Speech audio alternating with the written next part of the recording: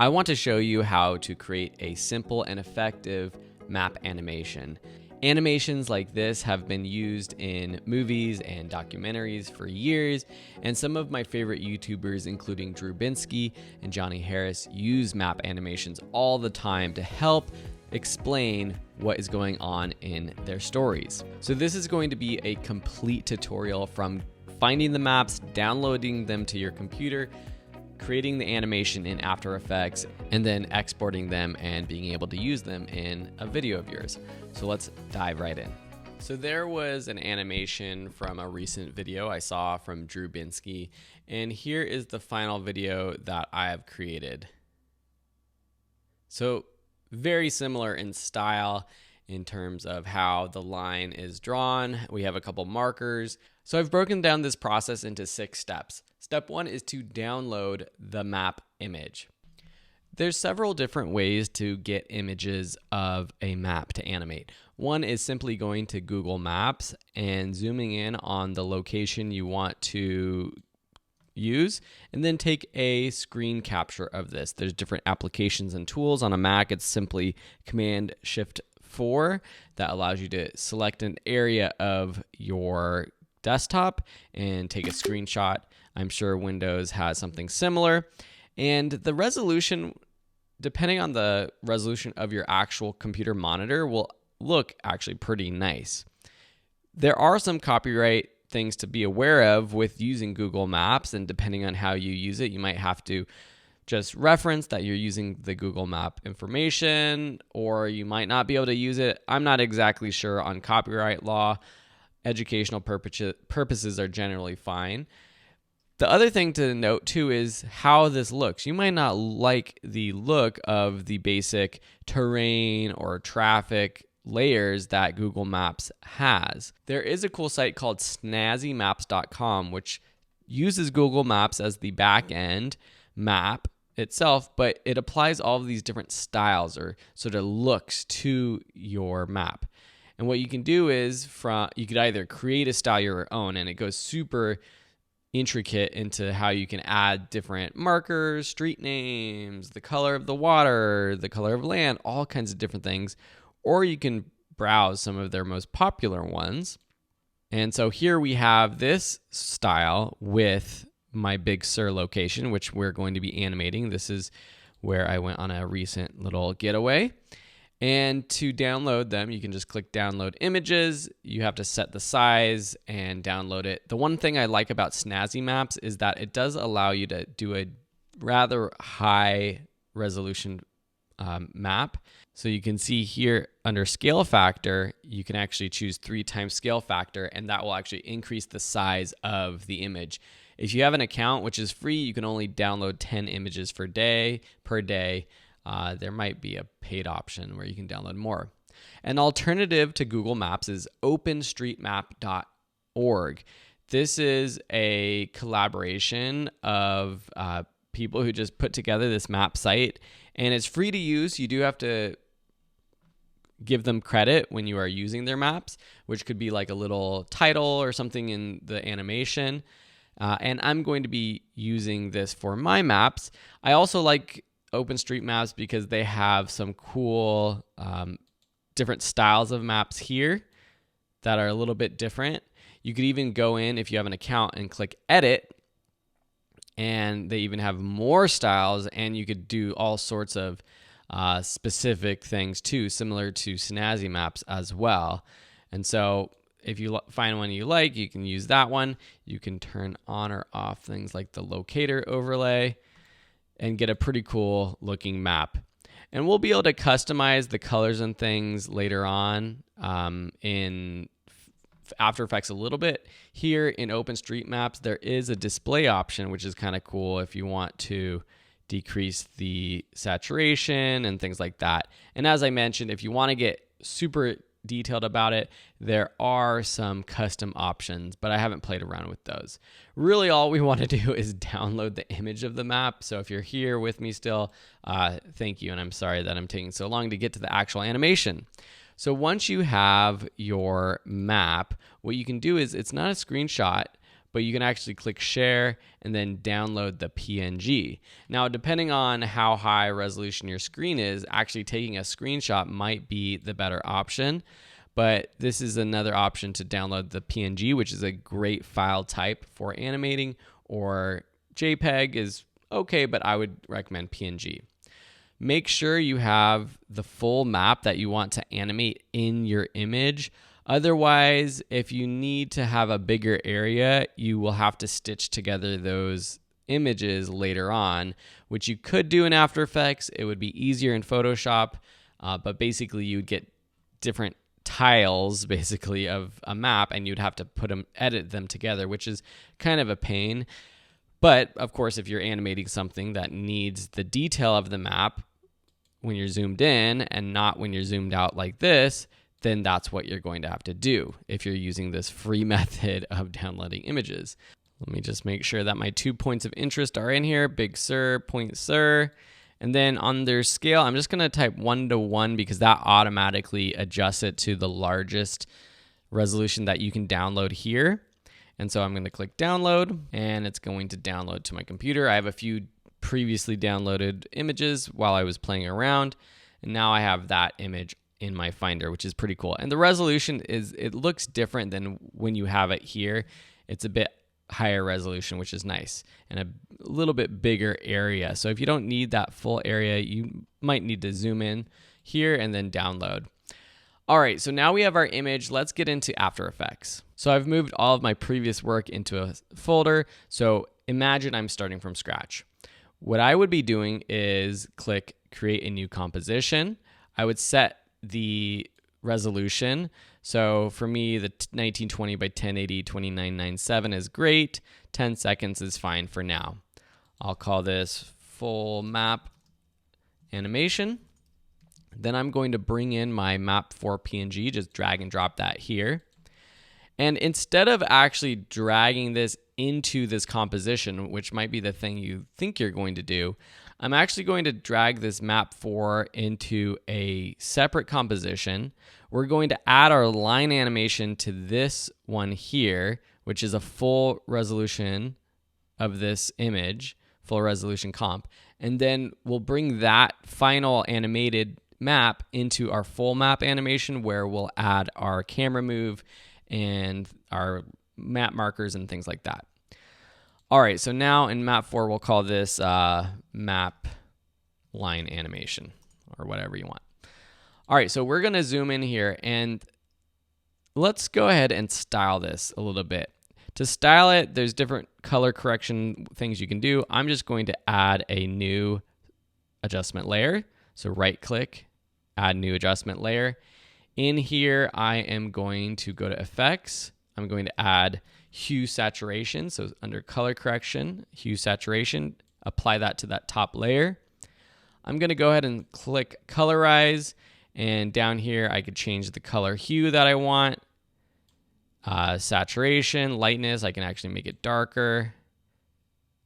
So this isn't exactly what Drew Binsky was using. He had some sort of stylized map. I don't know what tool he uses, but the colors could have been something that you created with Snazzy Map or even with OpenStreetMaps. Next, what we're going to do is add our route line. Okay, so the way I'm going to do this is with the pen tool. Make sure with the pen tool you have the fill turned off. The stroke, I have sort of a orangey yellow, mostly kind of yellowish actually. I'll make this a little bit more orangey. Something like that, looks pretty good. For the pixels, I'm at 10 pixels, but we will see in a second if that's good or not. You might have to make that bigger or smaller depending on the resolution of your image. So I'm just using keyboard shortcuts like Z to zoom in, Z and kick, and then click to move around and zoom in, and then the hand tool, which is spacebar, to move around my composition. I'm not moving around the actual image on the composition, which would happen if I was using the regular selection tool. But I'm just kind of moving around the comp to the work area. All right, so back with the pen tool, I'm going to click right where my Big Sur starts. Actually, it doesn't really matter because when you click once, it just creates a new shape layer. Then I have to click again, and I'm just going to follow this road along where I'm driving, basically. And to create a curved line, you click and drag, and you'll figure it out pretty soon that where the best places to click are, but you can click and drag and just follow that line. Now I'm pressing the space bar to get my hand mover and clicking and moving my composition so I can continue with my pen tool to go up this highway.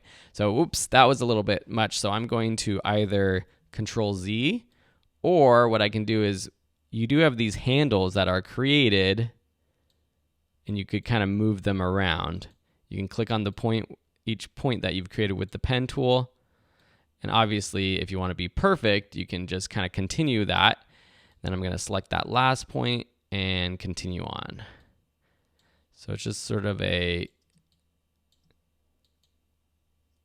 trial and error as you keep going. Something like that. And where am I going? I'm going right here. We got off at point Sir.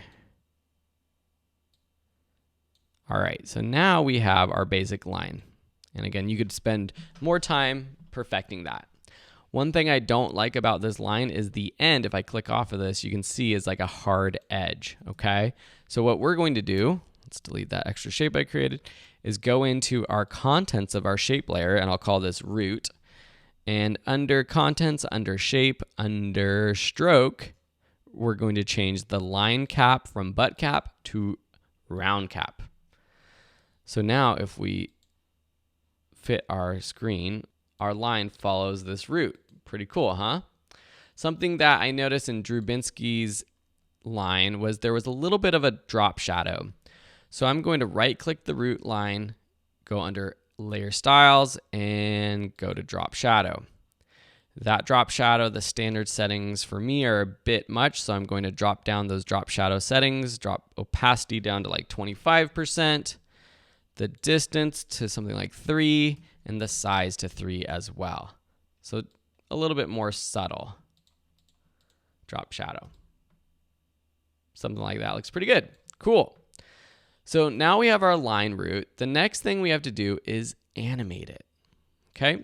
So if you followed my tutorials before, you probably know how to do this. Under the root line, we're going to click Add and choose Trim Paths. Trim Paths allows us to animate the path of a line. If we drop down those settings, you can see it goes from 0 to 100% for the start and end points.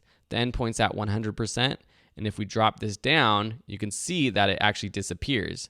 So from 0% to 100%, how are we going to animate that? We're going to use keyframes. So at 0 seconds, or maybe like half a second or so, we're going to set that end keyframe to 0%. Then let's go to about 5.5 seconds, and we're going to go all the way up to 100%. So now it sort of just draws on, and it starts and ends at the same speed. So let's select both these keyframes, right click, choose Keyframe Assistant, Easy Ease, and that allows us to sort of ease on the animation of this line. It slows to the end point. If you want to make it even slower, like ramp up or ramp down even more, with those keyframes selected, click the graph editor here and make sure you are on the edit speed graph.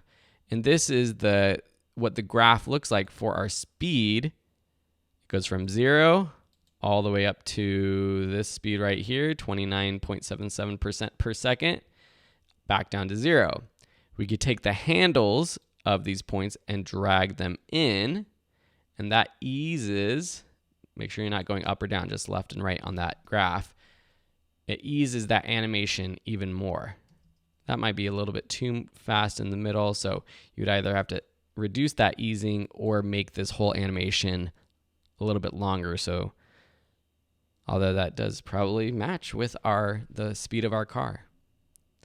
So now we have, with just 2 keyframes, we have our route being animated onto this map, which is pretty cool. But let's take it up a notch by adding a little map marker as well as some 3D camera animation to make it really look cool. There's lots of ways to create a map marker. I'm just going to copy what Drew Binsky's look like. So I'm going to create a new composition. I'm going to call this marker 1. And for the size, I'm just going to put, it probably doesn't even have to be this big, but 1000 by 500. Then what I'm going to do is use my shape tool. So I'm going to take the rectangle tool, stroke I'm going to turn off, fill I'm going to set to a gray, and then let's actually turn off the transparency so I can see better what I'm doing. I'm just going to create a rectangle. All right. Then what I'm going to do to create that little point in the bottom, there's lots of ways you can do it, but to create a perfect triangle, I'm going to create it with the polygon tool. I'm going to click and create a polygon. Oop, that's a pentagon. So I'm going to go down to here, polystar path, and change the points to 3. And then let's see. Let's line this up with the middle of this shape and let's rotate it. The rotation's at some random rotation number, so we need to rotate it to 180. And that's pretty good. All right, let's zoom in there. This is probably like super small for you guys watching this. All right, so now we have our little map marker. I might move that up just a little bit. Cool. Then we're going to add our text. So just take the text tool. I am already on this text I was using, Avenir Black with yellow, and I'll call this Big Sur. So this is our first point. And actually what I need to do is now make our rectangle a little bit bigger. So if I click into the rectangle and select the outside of it and hold the command key and drag, it actually stretches both sides. Something like that looks pretty good. So now we just have our map marker, but let's animate it. I'm just going to do a simple animation for the shape layer. Press Y on my keyboard. Nope, scale. S. I don't even know why I said Y. So we're going to do a Y axis animation for scale. So at 100, let's say 1 second or so, we're going to uncheck this link, click that keyframe or a stopwatch to add a keyframe. And then at 0, we're going to go with our Y percentage, take that all the way down to 0. Okay, so now it just sort of pops on like that. Now there's different ways to do this, and maybe even cooler animations you could think of, but I'm just going to do that for now, matching Drew Binsky, and I'm going to easy ease. Remember, select those keyframes, right click, easy ease. In this one, I definitely want to have a little bit more pop, so I'm going to bring in the keyframe ramping with that graph editor. It's kind of cool. All right, so similarly, we are going to I'm actually going to hit Y on my keyboard to get my anchor point tool, and I'm going to put that to the center bottom. Holding command key allows me to lock that point to sort of like the edges of our layer, and I want it to sort of scale from the bottom. That's why I'm using the anchor point tool or the pan behind tool, which is Y on your keyboard. And then I'm going to use a scale animation. So at 1 second, setting it to 100%. At 0 seconds, setting this to 0. And let's actually easy ease them. And you'll see that it kind of starts to appear bigger than our actual marker itself. So I can actually move this over just to the right just a little bit. Pew, pew, pew, something like that. Maybe even doing a little bit of ramping with our graph tool, graph editor. And then I'm also going to select the motion blur here under toggle switches modes. If you don't see that column for motion blur, it's the 3 dots. That's pretty cool. I like how that sort of pops in. Now, you might be thinking, oh, Phil, that's kind of a basic animation. That's fine. There's things we could do to make it different, more advanced, but when you add it all together, that's where it starts to look really cool. So then the next thing I'm going to do is duplicate this marker just by selecting it here, Command D, go in here, and we're going to call this, we're just going to edit the text, call this point, sir. And I should have had the paragraph settings for this centered, because now when I center this, I have to move the pan behind tool, use the pan behind tool to move the anchor point. We're going to center this here to our rectangle. And then I have to go into my rectangle and change the size, the width, which is fine. Something like this, give it a little bit of space. Still pretty cool though. So now we have our markers, it's already animated. And now it's time to start putting it all together. So I'm going to go back to my full map animation page. Here, I'm going to add my map line animation to this composition. And then what I'm going to do is I'm just going to, it honestly doesn't really matter where I put it in the frame, because once I add a camera, it's going to change it. But for now, I'm just going to put it here. Let's say fit. So we see our whole composition. And then I'm going to add our two markers. So I'm going to add our marker for Big Sur. And that one's going to pop up right at the beginning. And I'm going to move it right here where Big Sur is. So scale, S on my keyboard, maybe like 20% or so. That might be a little small. 30%. And that's going to go right there. That might even be a little too small, but that's okay. Now I'm going to add my second marker, point Sur, and I want that to pop up right when the line animation is coming to an end. So I'm going to scoot it over about like this. Scale, I'm going to have the same, so 30%. And then I'm going to move it up to the right location. Cool. All right, so now we have our line animating. I'm just nudging back that animation for the Big Sur. So it pops up just as the line starts to animate to point Sur. Cool. Okay, basic animation. Let's add a little bit of motion with a camera. So right click, new camera. The basic settings are fine, although you can adjust this if you want to do things like if you want to make it have a shallower depth of field and things like that, you can do that. Maybe we'll play with that. Let's do 4.0. Okay, and then what we want to do, actually, we also want to make sure that all of these layers are 3D enabled, which is good. And then we're going to right click and choose new null object. If you're in my After Effects class, you know this is how we do things with our camera. We're actually going to pair the camera to the null object. And so now, and I did that with this parent link option, you could drop down or you could click this little twirly gig thing, drag it over to the null object. Now, with the null object, what we can do, if we drop down our transform tools, you see all these different options. There's a couple that you can use. Some do the same sort of style, but I'm going to actually zoom in by decreasing the scale, which is kind of counterintuitive.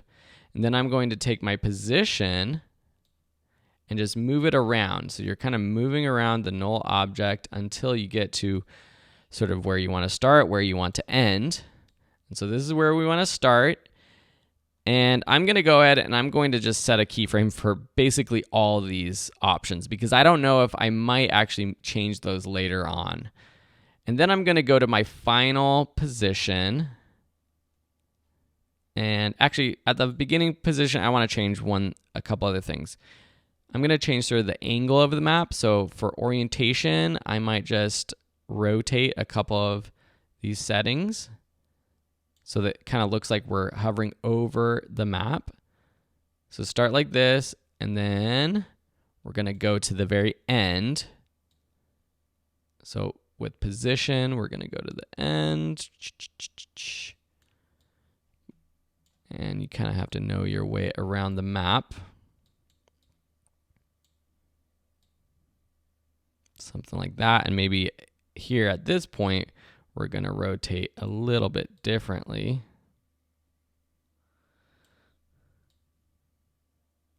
Something like that's kind of cool. So it goes from here all the way up to here, but we don't see our animation the whole time. So in the middle, what I'm going to do, actually first I'm going to easy ease these. Since our line animation is easy eased, I'm going to easy ease our camera animation. In the middle, I kind of want to zoom out just a little bit so we can see more of the map. So right in the middle, I'm going to zoom out with the scale, go out to like 50% or so. And so now if we play this,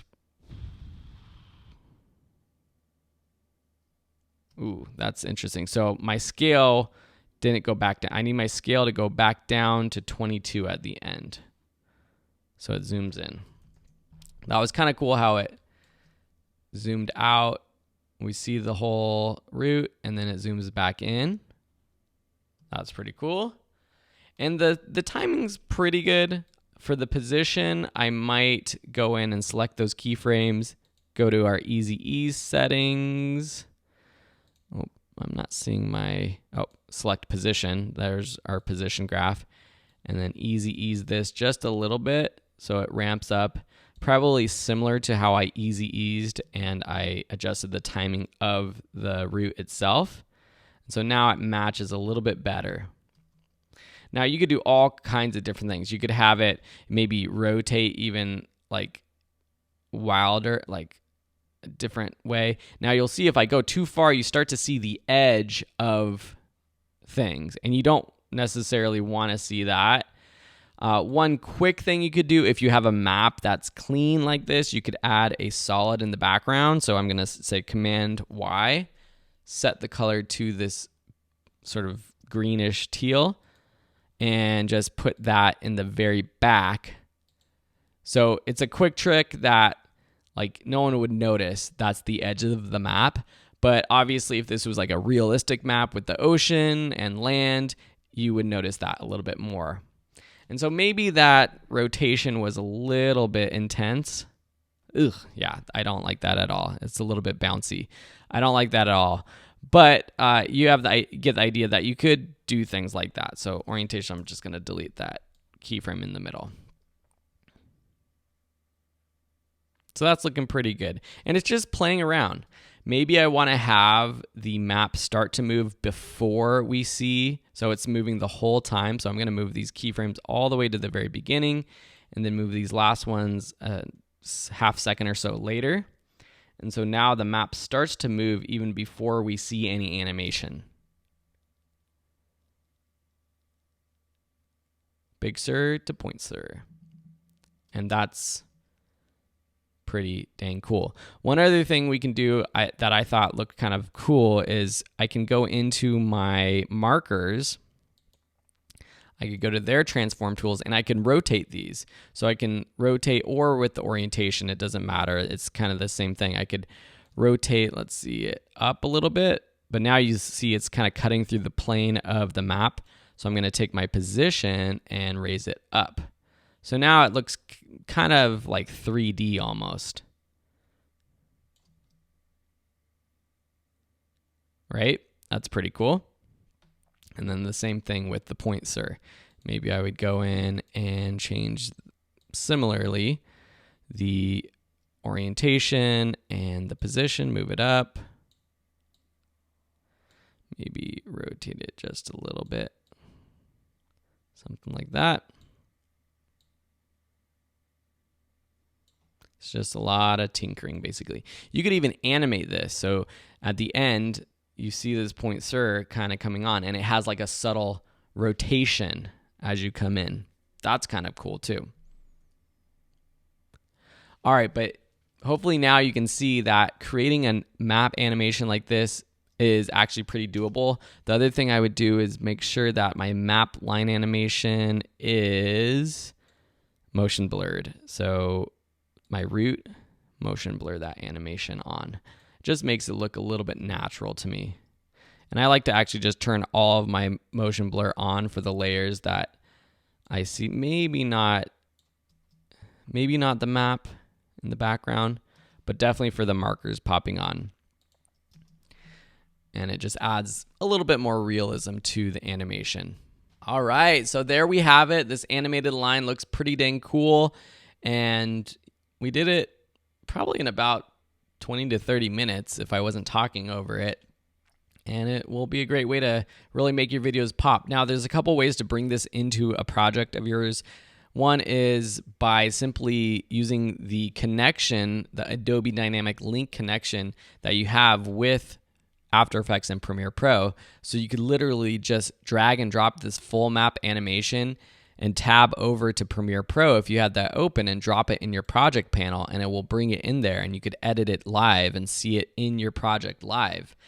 If you don't have enough fast enough computer to do that, or if you just want to export this, just with the full map animation layer select open or the comp opened, go to composition, and we are going to go to add to render queue or add to media encoder queue if you want to do it in media encoder.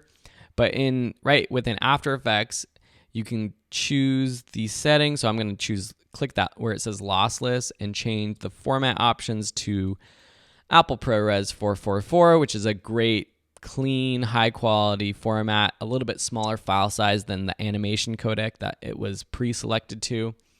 Click OK. Select your output. We're going to add that to our desktop and just click render, and it'll start rendering out this map for us. All right, thank you so much for watching this video. If you have any questions, if you want to see this, see other tutorials or effects or things like this, you can go ahead and just comment below if you have questions. If you have videos or YouTubers that create things that you want to see, just let me know. I'll try to come up with a solution for you. All right, thanks so much for watching, and we'll see you in another tutorial. Bye.